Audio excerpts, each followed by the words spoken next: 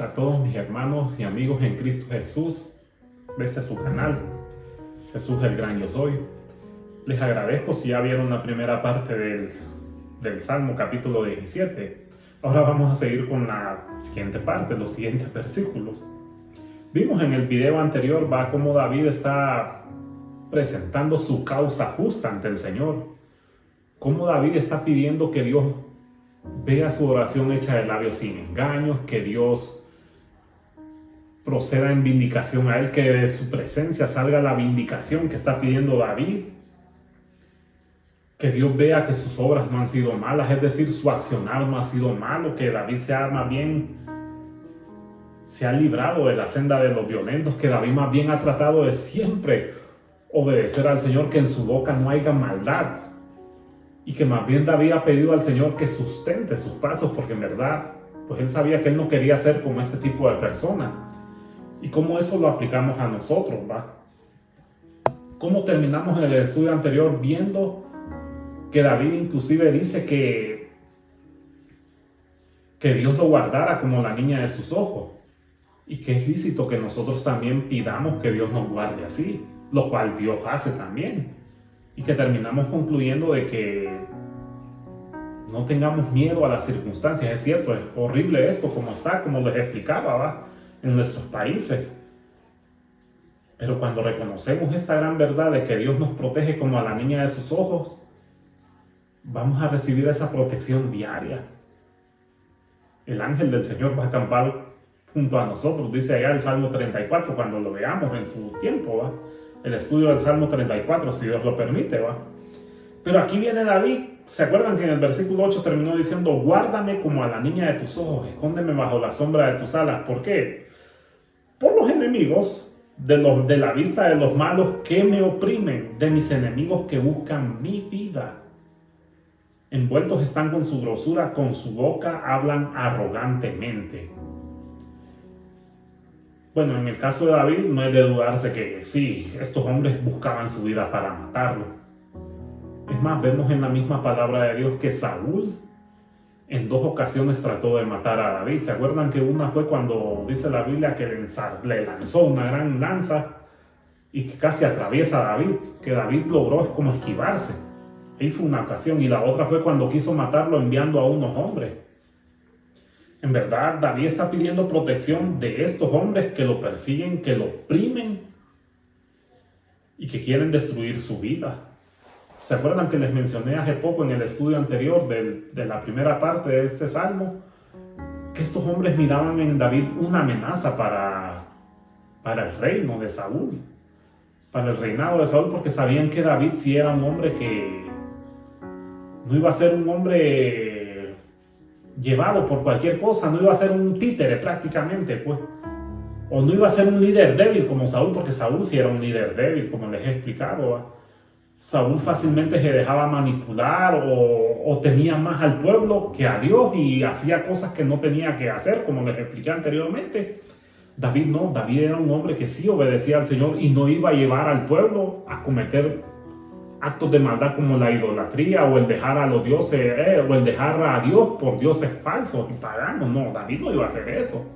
Y eso era una amenaza para estos hombres, por eso perseguían a David. Ellos justificaban eso diciendo que es que David quería usurpar el reino de Saúl y que David quería matar a Saúl, pero sabemos que en verdad no era eso lo que ellos planeaban. En verdad ellos trataban de destruir a David porque David era un hombre que servía al Señor conforme a su voluntad. Y tenemos que reconocer que detrás de toda esta opresión estaba el enemigo, es decir, Satanás, ¿va? Satanás era el que instigaba a estos hombres que no querían conocer la palabra de Dios, ¿va? A que persiguieran a David, porque recordemos que David fue prácticamente uno de los descendientes del Señor Jesús. Bueno, el Señor Jesús es descendiente de David, perdón. Prácticamente David, por medio de David es que iba a nacer nuestro Señor Jesucristo, ¿va? Es lo que vemos, esa línea en la tribu de Judá, ¿va? Pero claro, ese es otro tema, ¿va? Lo que quiero dar a entender, que David dice: escóndeme de la vista de los malos que me oprimen. Y es una opresión, la verdad, cuando vemos cómo Bueno, en el caso de David, cómo a David lo perseguían prácticamente a diario, cómo David tenía que estar huyendo de una ciudad a otra, créanme, eso es horrible. Bueno, gracias a Dios ninguno de nosotros hemos vivido eso por el momento, ¿va? Aunque claro, nosotros a diario, como les decía en el estudio anterior, somos oprimidos de otras maneras, ¿va?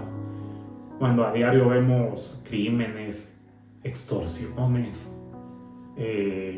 cuando sabemos que en la calle, cuando salimos, alguien nos puede asaltar, créanme, eso también es vivir bajo un cierto miedo, una cierta opresión, ¿verdad? Saber que en cualquier momento puede pasar algo malo, eso créanme, es difícil. Si lo aplicamos y lo contextualizamos con esto que nos describe David, es difícil, ¿va? A David literalmente sí le buscaban sus vidas para matarlo.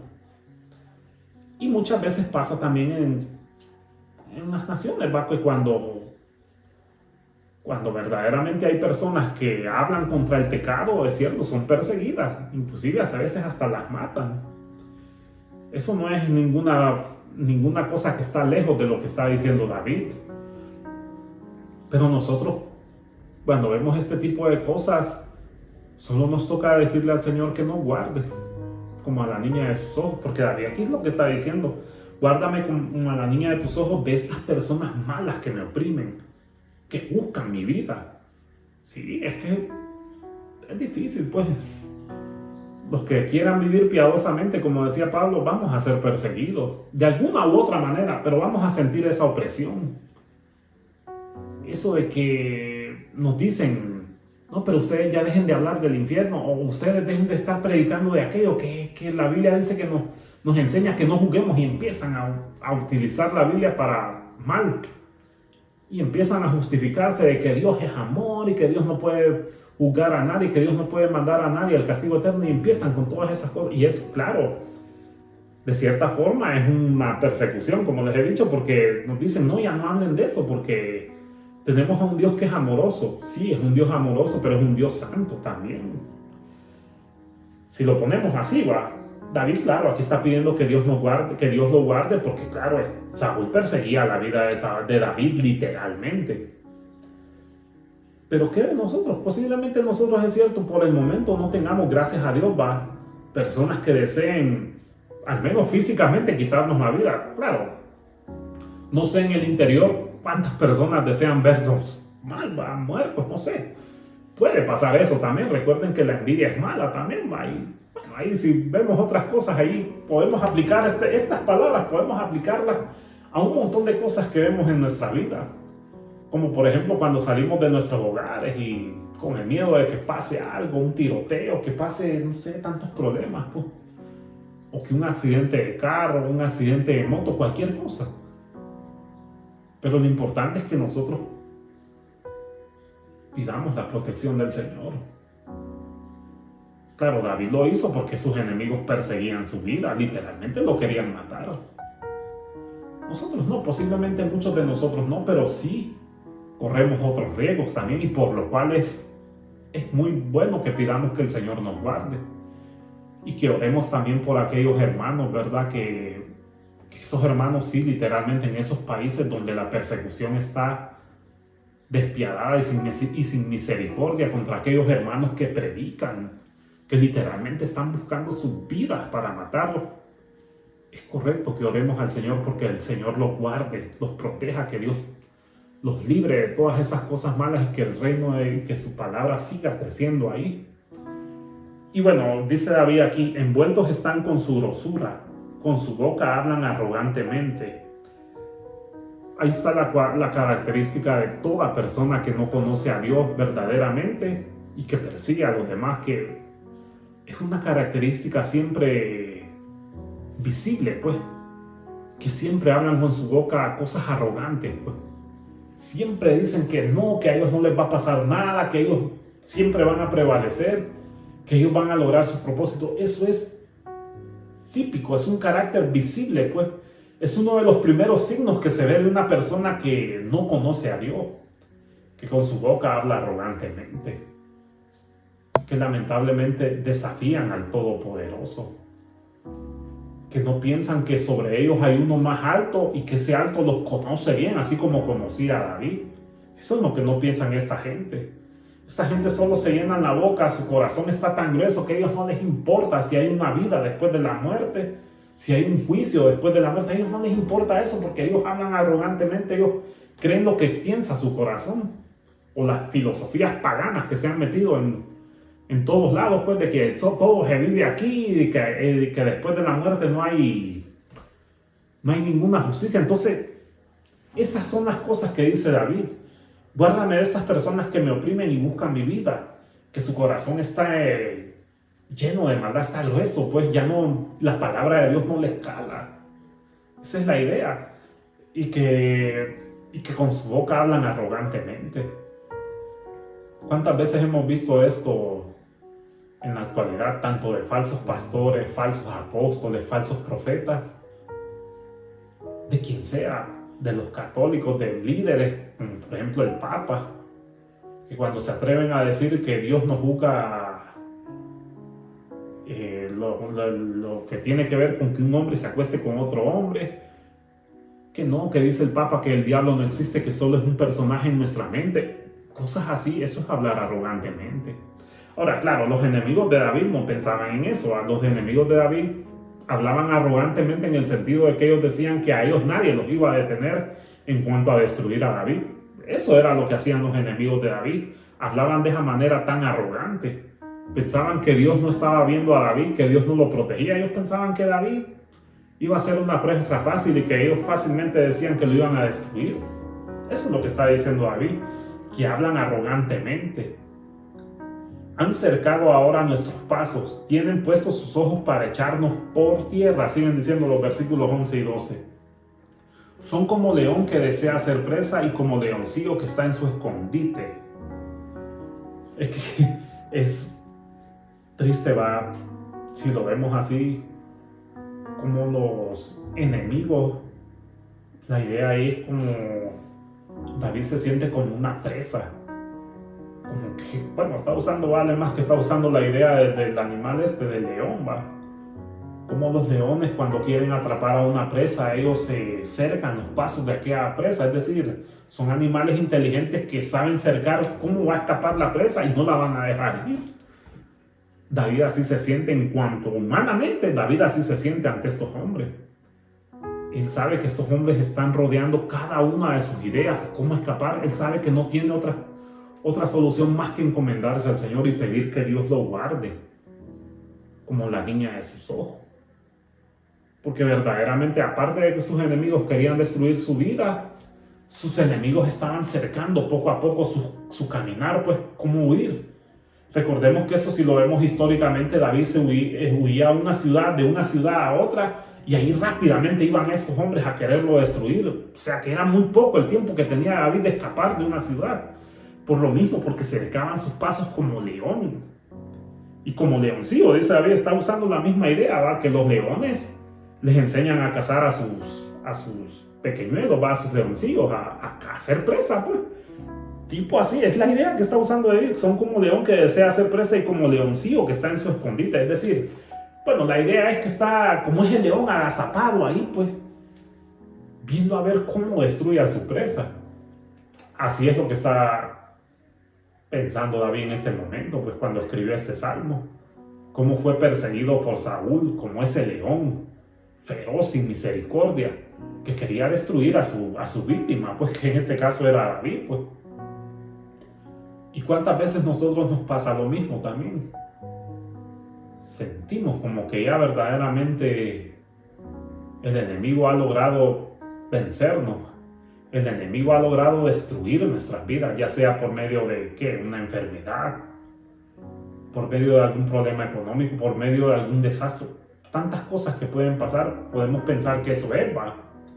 David en su momento pensaba que sus enemigos ya lo habían devorado como un león.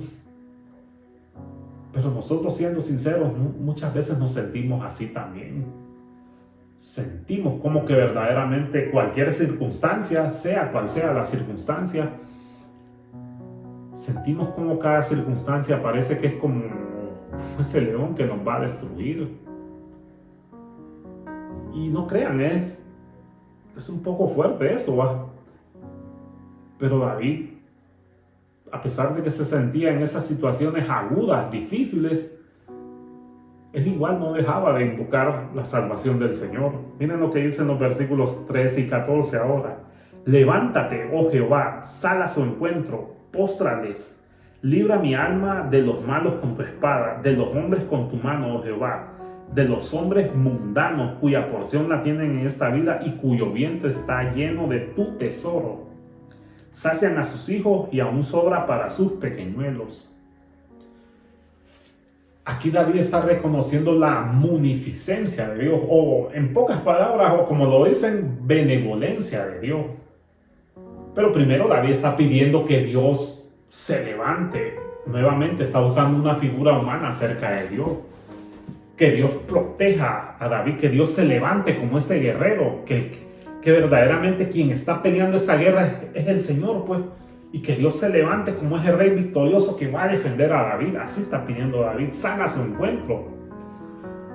Lo que vemos en el Antiguo Testamento, que cuando los reyes iban a la guerra, eran los primeros que se ponían al frente de batalla a pelear.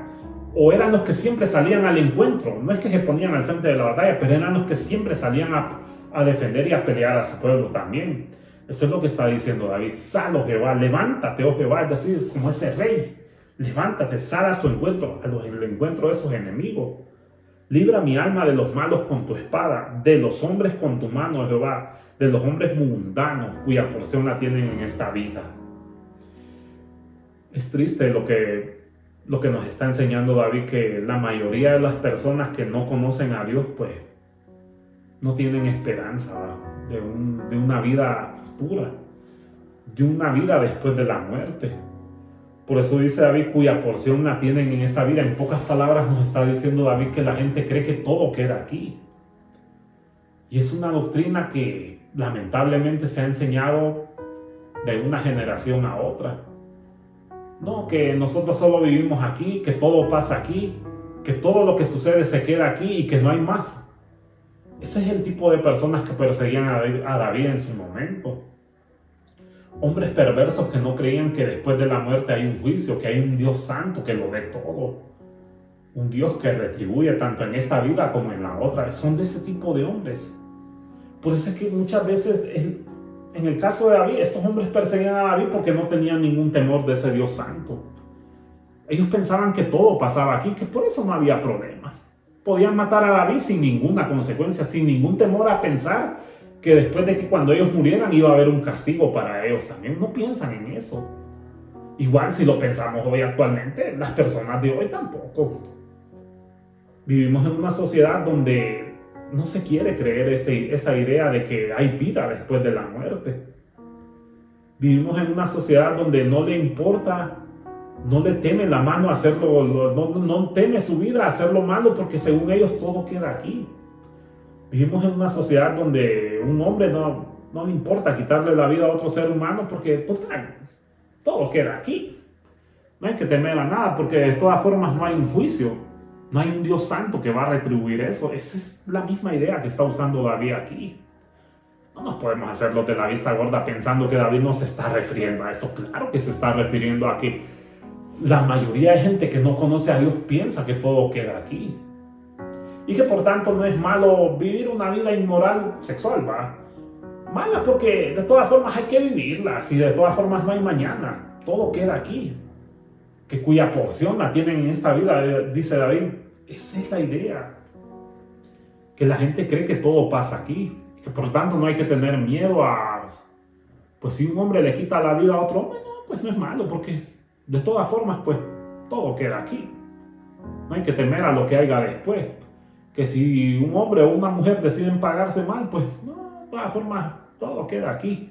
Que si un político o cualquier persona que sea quiere robar, pues no, de todas formas no hay que temerles y todo queda aquí, hombre. No nos creamos esa idea falsa. Todo Dios lo va a retribuir, pero David en su momento pidió que Dios los librara. En ese momento David pedía que Dios librara a David de la vida, de la opresión de Saúl, de esa perversión, de esas manos tan perversas que querían matarlo. No solo Saúl, sino todo su consejería, ¿va? Todos los consejeros de Saúl, ¿va? Por eso dice David, de los hombres con tu mano, de los hombres mundanos. Oiga bien qué palabra la que está usando David, mundanos. Siempre se ha usado esa expresión cuando nosotros pues sabemos que en el mundo evangélico, pues como cristianos en nuestras reuniones, cuando nos referimos a alguien que no conoce a Dios, decimos hombre mundano o persona mundana porque no conoce a Dios. David aquí está hablando de esos hombres mundanos que viven de acuerdo al sistema de este mundo, que viven de acuerdo a las normas del mundo y no la palabra de Dios. David está pidiendo que Dios libre su mano, que Dios se levante y lo salve y que salga a su encuentro con su espada. Oigan bien, está usando una idea de protección también, porque solo que aquí ya la espada es como una idea de juicio también. Porque vimos que en el versículo 7 dice David, tú que salvas a los que se refugian a tu diestra, sí, significa poder, que Dios protege a los suyos, pues, de los que se levantan todos los enemigos. Pero cuando David dice aquí, salva, levántate, sal a su encuentro, libra mi alma de los malos con tu espada, ya David está pidiendo que Dios haga un juicio también. Porque recuerden que la espada también simboliza ejecución, castigo. Es lo que menciona Pablo allá en Romanos, ¿va? Que dice que teme a la autoridad porque no en vano lleva la espada, ¿va? Porque la espada la lleva para hacer lo correcto, para juzgar entre el bien y el mal. Es lo que está diciendo Pablo en Romanos, ¿va? No en vano lleva la espada. Aquí David está usando esta figura diciendo, hablando acerca de Dios de esta forma humana, libra mi alma con tu espada. Es decir, que ya Dios juzgue esto, pues. Que Dios vea que lo que ellos están haciendo es injusto, y es cierto. Era injusto lo que hacía Saúl contra David. Y nosotros en ese aspecto sí tenemos que orar así. Con esto no le estamos deseando un mal a nadie, solo estamos pidiendo que Dios juzgue lo que está pasando en el mundo, pues. No es pecado que oremos de esa manera. Es lícito que oremos que Dios castigue la maldad. Que Dios vengue toda esta maldad que se ha hecho en este mundo. Todas las cosas horribles que están pasando. Que lamentablemente las autoridades humanas fallaron, la justicia humana falló. Dios les dio la misión de hacer lo correcto, pero muchas de las autoridades que vemos se dejaron corromper, ¿va? Lamentablemente, y por eso es que tenemos una situación tan horrible en nuestros países. Extorsión, abuso de poder, robos, asaltos, y las autoridades parten sin novedad como si no ha pasado nada. David aquí está pidiendo un juicio cuando usa la idea de salir al encuentro de ellos con tu espada. Es una idea de ejecutar ya, pues, que Dios ejecute su juicio. Y es algo que nosotros sí pedimos al Señor. Ven, Señor Jesús, porque solo tú puedes castigar esta maldad. Lamentablemente los que tuvieron que hacer lo correcto no lo hicieron, Señor. Solo tú en tu momento vas a castigar a todos estos hombres que creen que no hay un juicio después de la muerte, que no hay un castigo, que no hay un cielo o un infierno. Todos estos hombres que creen que todo se queda aquí y por lo tanto no le tienen miedo a hacer lo malo. De esos hombres es que está pidiendo David primeramente. ¿Y por qué les dije al principio que David está usando otra figura de la munificencia o benevolencia de Dios? Porque dice, cuyo vientre está lleno de tu tesoro, sacian a sus hijos y aún sobra para sus pequeñuelos. Es triste porque aquí este tipo de personas no reconocen que todo lo que han recibido es de parte de Dios. En ese aspecto tenemos que reconocer que Dios es benevolente. No es que Dios esté de acuerdo con lo que hace. Vaya, si lo ponemos como ejemplo en Saúl. Saúl llenó su tesoro del tesoro de Dios. ¿Por qué? Porque Dios lo puso como rey. Lamentablemente Saúl pues no entendió eso. En vez de usar eso que Dios le dio, esa autoridad, ese privilegio que Dios le dio, porque esa es la idea de cuyo vientre está lleno de tu tesoro. Ojo, no está diciendo del tesoro de Dios, está diciendo del tesoro de Dios. David está usando esa figura dando a entender el gran privilegio que Dios les da a estos hombres de tener riquezas, pero de nada sirve. Porque para comenzar, ellos creen que todo queda aquí, entonces disfrutan esas riquezas, pero para hacer lo malo. En el caso de Saúl, usó ese poder porque tesoro significa poder. Cuando alguien tiene muchas riquezas, significa poder. No nos hagamos chibolas ahí, ¿va? Eso es lo que significa eso, tesoro. Cuyo vientre está lleno de tu tesoro, es de los que Dios les ha dado ese gran privilegio. Dios le dio el privilegio a Saúl de gobernar a la nación de Israel, le dio riquezas, poder. Pero ¿para qué lo usó Saúl? Para desobedecer al Señor, para hacer su propia voluntad y por último para perseguir a David. David reconoce que en esa benevolencia o munificencia Dios le dio ese gran poder a Saúl, pero lamentablemente Saúl no lo aprovechó. Porque él creyó que todo era aquí, que su porción estaba aquí en la vida y que podía hacer con eso lo que él quisiera, desobedeciendo la voluntad de Dios. Y si lo pensamos también, en la actualidad, así está nuestra sociedad también. Nuestra sociedad se quiere llenar los bolsillos, no reconociendo que todo ese bien que reciben es de parte de Dios, que es benevolente. No es que Dios esté de acuerdo. Tenemos que entender que cuando Dios bendice a alguien, a pesar de que no está haciendo su voluntad, no es porque Dios se complace en él, es simplemente por benevolencia. Porque Dios sabe el mal a veces que puede sufrir un ser humano. Pero lamentablemente el ser humano en esa benevolencia no reconoce que es Dios quien le está dando eso, sino que él piensa que él mismo lo hizo con su propio esfuerzo, o que no necesita a ese Dios porque ya tiene mucho dinero. Eso pasa. Y lamentablemente esas personas igual están perdidas, porque no están entendiendo que todo eso lo han recibido de Dios. Sí, Dios en su misericordia o benevolencia les da. Pero saben muy bien, ellos no entienden que Dios no está complacido con lo que hace, y eso es lo que tienen que entender ellos. Que para verdaderamente recibir esa complacencia de parte de Dios tienen que nacer de nuevo. Si quieren que Dios los vea como hijos amados, tienen que nacer de nuevo, no poner su mirada en las riquezas. Y ahí sí van a entender que no fue solo por complacencia, fue por benevolencia y a la vez que Dios se complace en que hagan su voluntad. Pero muchas veces estas personas que creen que todo lo que han recibido en la vida es porque ellos lo lograron por su propio esfuerzo, no han entendido que ha sido por pura misericordia de Dios. No porque en verdad ellos se lo merezcan, porque la verdad, una persona que recibe riquezas pero no las aprovecha bien, no ha entendido que es que Dios no quería que usara las riquezas de esa forma. Y piensa que cuando empieza a usar las riquezas para malgastar el piso, si lo ponemos en otro ejemplo, les acabo de explicar que Saúl usó ese poder que Dios le dio, esas riquezas, para perseguir a David, para hacerlo malo. Y si lo vemos en la actualidad, la gente cuando tiene dinero malgasta el dinero a manos llenas. Unos los malgastan en mujeres, otros en vicios, en borracheras, otros en comprar cosas sin sentido.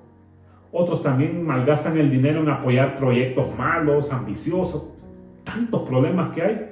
Y no reconocen que detrás de todo eso es Dios que les ha dado esa oportunidad de hacer lo correcto. No han entendido que es la benevolencia de Dios. No porque están haciendo lo correcto. Para nada, Dios. Ellos como, claro, su porción la tienen en esta vida. Su creencia la tienen de que no, todo es aquí. Hay que aprovecharlo entonces. Pero no entienden que eso no es la voluntad de Dios. Claro, como no han nacido de nuevo, no entenderán eso, pues. Pero David aquí está diciendo: Señor, líbrame de estos hombres perversos que usan todo eso para el mal.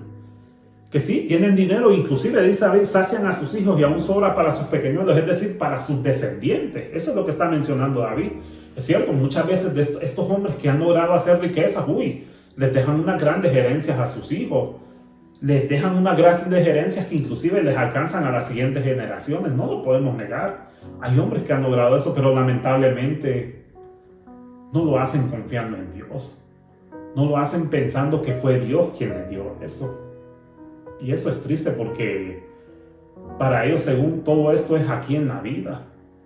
No nos extrañemos que si contextualizamos estos versículos con lo que está pasando hoy, como las personas que tienen poder en el mundo, les estoy hablando de personas que tienen tanta riqueza en el mundo, en vez de contribuir para que se hagan mejoras contra el cáncer o contra todo o combatir otro tipo de problemas, no, están buscando curas para que evitar la muerte. Imagínense. ¿Se pueden imaginar hasta dónde puede llegar el nivel de maldad de cada ser humano, de que gastan millones de dólares en buscar fórmulas de cómo evitar morirnos? Y eso no lo podemos evitar. Es una sentencia que ya nos dio el Creador allá en el jardín del Edén, cuando le dijo a Adán y a Eva que iban a morir por desobedecer su palabra, no por haber comido el fruto. Sí, el fruto sí va, pero fue por haber desobedecido su palabra. Y lamentablemente la humanidad se está muriendo por eso espiritualmente, por desobedecer la palabra de Dios. Así lo hizo Saúl, así lo hicieron los hombres que eran consejeros de Saúl, y así lo está haciendo el mundo actualmente hoy. Entonces David está pidiendo todo eso, como lo vimos en la primera parte, va, que Dios lo guarde como la niña de sus ojos, que lo proteja, porque estos hombres oprimen su vida, los persiguen como león. Que Dios juzgue la causa, pues, y que Dios salga al encuentro de todos estos hombres cuya porción, cuya creencia la tienen en esta vida, que creen que aquí a ellos nadie les va a hacer nada. Y es cierto, muchos de estos hombres, cuando tienen mucho poder y hacen cosas malas, lamentablemente muchos de estos hombres prácticamente se van sin pagarlas, como decimos. Pero hay un Dios que lo ve todo y lo va a juzgar todo, y que no se van a escapar de él. Y para terminar, me gusta cómo termina este pasaje, fíjense. Y esto sí es profético. Yo les garantizo que ustedes han leído, o ustedes hemos leído este salmo varias veces y no nos hemos dado cuenta de la gran profecía que hay aquí, o de la esperanza que tenemos cuando habla de la resurrección. Dice David: en cuanto a mí, veré tu rostro en justicia, estaré satisfecho cuando despierte a tu semejanza. Qué interesante que David aquí está hablando de la resurrección que esperamos todos los hijos de Dios. Bueno, esa resurrección en el sentido de que nuestros cuerpos van a ser incorruptibles. Y también esa esperanza que tenemos también en el sentido de aquellos hermanos que han muerto en Cristo, que van a resucitar también. Qué interesante que David aquí está hablando de la resurrección. Vimos en el Salmo 16, ¿se acuerdan? ¿Va? Que el Salmo 16 habla del Cristo resucitado en los últimos versículos, ¿va? Cómo Dios Padre levantó literalmente de entre los muertos por el poder del Espíritu a nuestro Señor Jesucristo, ¿va? Ahora en este Salmo estamos viendo que David está hablando de que un día Él va a ser semejante.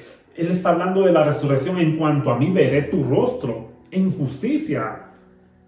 Quiere decir que David reconoce que hay una resurrección.